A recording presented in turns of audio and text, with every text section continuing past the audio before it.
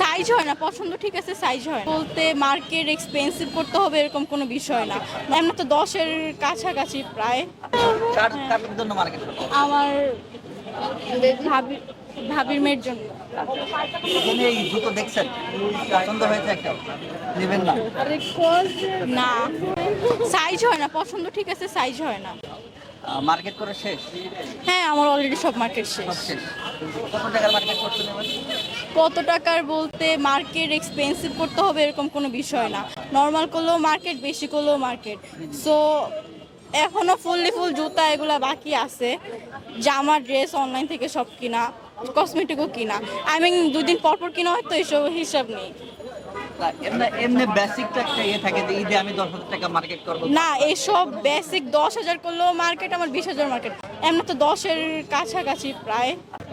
জামা কাপড় 6 শেষ, জুতা বাকি।